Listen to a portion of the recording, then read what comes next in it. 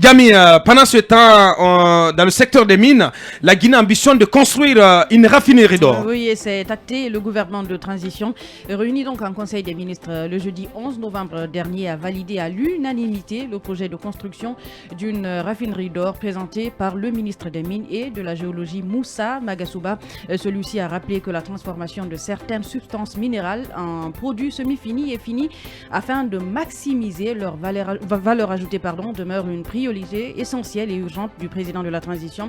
Et pour l'instant, Aboubacar, les détails techniques liés à ce projet ne sont pas connus. Akumba, vous qui êtes spécialiste en la matière, c'est bien beau de faire une telle annonce, de vouloir construire une raffinerie d'or, mais aucune précision sur les détails techniques d'un tel projet. Et même l'opérateur, sauf erreur de ma part, on ne voit pas l'opérateur, on ne voit pas la position géographique de cette raffinerie. Oui, une raffinerie d'or, c'est toujours un outil industriel assez important pour permettre un peu d'avoir de l'or semi-fini, disons.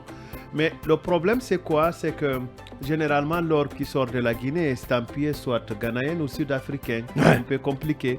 Pourquoi? Parce que le raffinage de l'or en Guinée ne va pas jusqu'au bout. Au moment où on obtient l'or pur, ce ne sont pas dans les raffineries guinéennes qu'on l'obtient. Donc d'ici qu'on ne connaisse les paramètres de cette raffinerie, est-ce que c'est une raffinerie qui ira jusqu'à estampiller l'or sorti comme étant made in Guinée? Si c'est cela, ça aurait été une bonne chose dans le cadre du marketing de la production locale. Si ce n'est pas cela, c'est qu'on est en train de répéter les mêmes expériences que par le passé. Et voilà, mais je pense qu'il faut encourager l'installation des unités industrielles. Il faut aussi aller jusqu'à vendre la production. Le made in Guinée. Le made in Guinée. Parce qu'il ne sert à rien de sortir des lingots qui seront après transformés de manière plus approfondie au Ghana ou bien en Afrique du Sud pour être estampés Ghana ou made in Ghana ou made in South Africa. Bien, Mohamed, une très belle ambition. Pour autant, il faut que le ministre Moussa Magasuba, soit beaucoup plus précis sur les contours techniques d'un tel projet.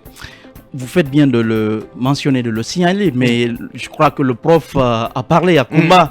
Je rappelle qu'il nous a dispensé des cours, bien entendu.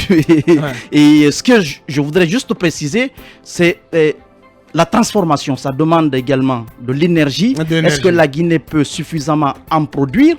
Je crois que c'est aussi un autre débat.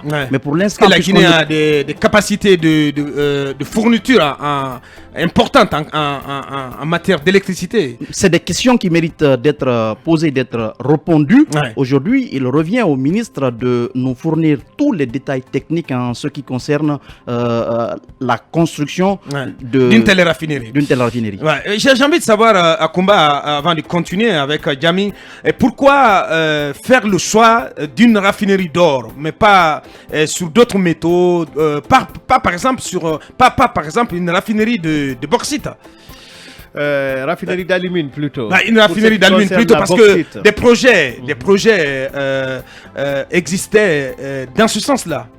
Vous vous rappellerez que le colonel Mamadi Doumbouya avait sommé les compagnies minières évoluant dans la filière bauxite-alumine de lui présenter des programmes de construction de raffineries d'alumine. On n'a pas le bilan encore.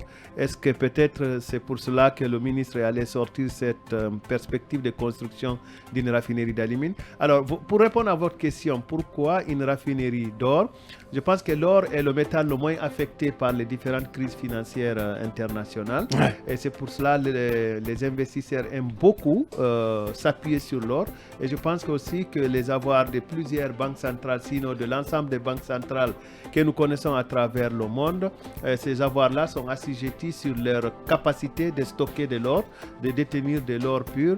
Et je ne suis pas en train de vous rappeler l'affaire AFNOR qui a géré l'or de la Banque centrale de la République de Guinée. Ça fait penser forcément à cette affaire. On a quand même des problèmes. Et rappelez-vous, c'est parce que la Banque centrale certainement n'a pas des outils de raffinage jusqu'à la fin qui fait qu'elle a conclu un accord avec AFNOR qui nous crée assez de soucis actuellement.